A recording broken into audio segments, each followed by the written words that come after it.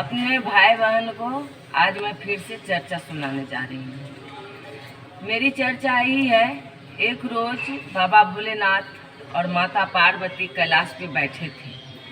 तो बैठ करके अपने अपने भक्तों को बारे में चर्चा कर रहे थे। तो माता बोल रही थी मेरा भक्त बहुत अच्छा होता है, और बाबा बोल रहे थे मेरा भक्त बहुत अच्छा होता है। तो बाबा बोले कि जा करके परीक्षा ले लेते हैं किसको भक्त अच्छा है। तो माता बोली ठीक है चलिए। तब बूढ़ा बूढ़ी को रूप पकड़ करके अब बाबा भोलेनाथ और माता चल दी अपने अपने भक्तों को परीक्षा लेने। जाते जाते गई तो सबसे पहले माता को जो भक्त था उनको घर गए। तो माता को जो भक्त था वो बहुत बड़ा राजा था। तो पहले माते को भक्त को गए परीक्षा लेने। तो गए तो दरवाजे खटखटाए। जब दरवाजा जो खटखटाए तो दरबान जी गेट खोले तो देखे बूढ़ा बूढ़ी है, फाटल पुरान कपड़ा पहन करके भिक्षा मांग रहे थे। तो बोले कि इसे हमको राजा को बुला दो, हम राजा से मिलेंगे। तो दरबान जी गए अपने राजा को बुलाने कि एक बूढ़ा बूढ़ी आए हैं आपसे मिलना चाहते हैं, चलिए।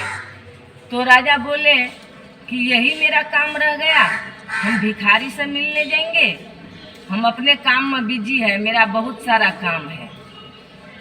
तो ऐसे बोल करके दरबान जी को राजा साहब भेज दिए से जाओ उनको अपने गेट से बाहर कर देना, बोलना राजा साहब नहीं आएगा।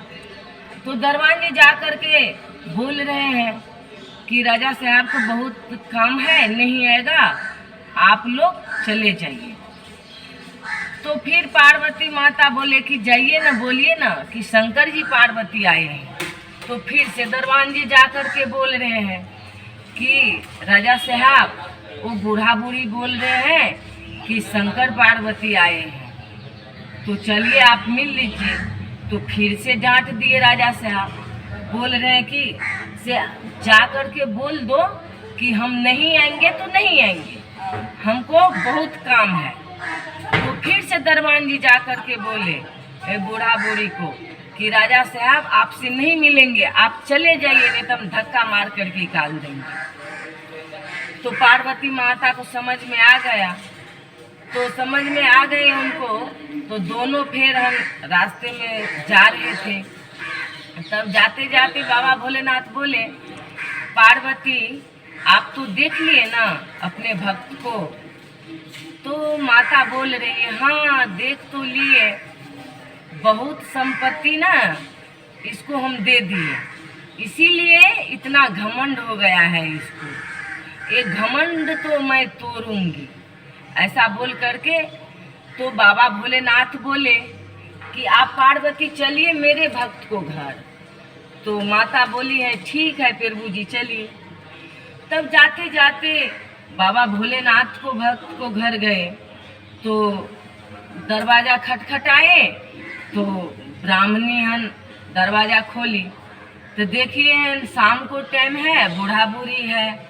अब तब वो बूढ़ा बोले कि शाम को टाइम हो गया है, हम लोग आपको घर में रहना चाहते हैं, हम लोग 5 दिन से कुछ खाए नहीं, बहुत भूख लगा हुआ है हमको।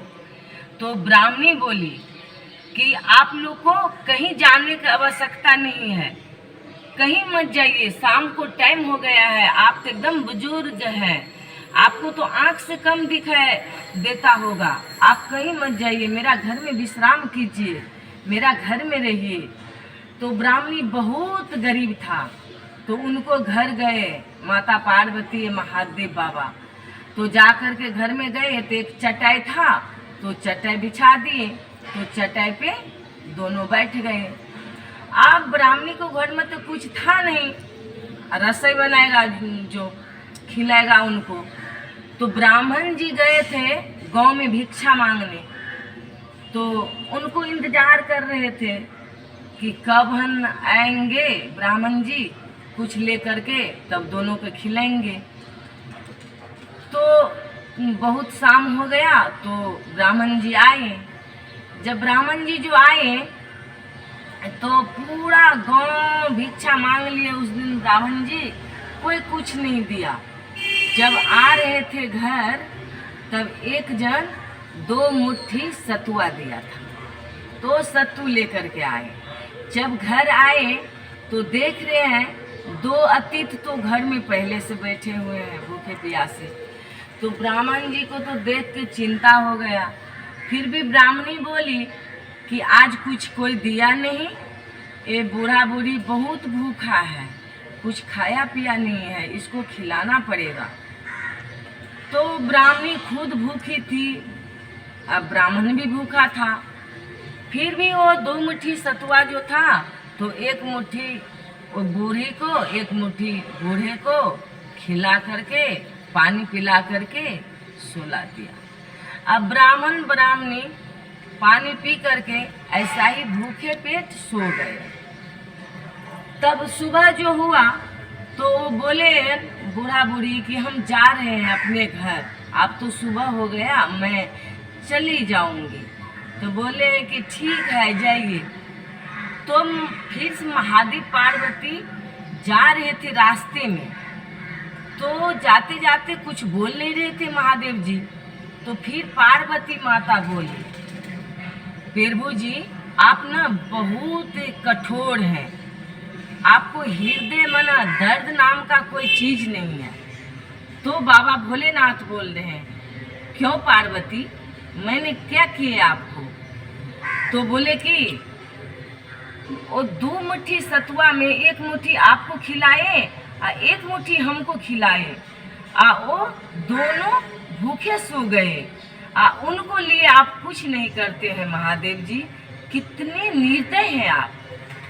तो महादेव बोल रहे हैं माता पार्वती से, पार्वती हम तो बहुत कुछ करेंगे अपने भक्त को लिए, लेकिन आपको मुंह से मैं सुनना चाहते थे, इसीलिए मैं कुछ नहीं कर रहे थे। आप बोल दिए तो अपनों भक्तों के लिए मैं बहुत कुछ करूँगा। तो क्या किए, जितने पार्वती माता को भक्त थे, जितने राजा थे, सबको उन महल थे, सबको बाबा भोलेनाथ गरीब कर दिया, झोपड़ी कर दिया। और जितने महादेव को भक्त थे, गरीब थे, सबको उन महल बना दिया। और जितना गरीब का झोपड़ी था सब राजा को दे दिए।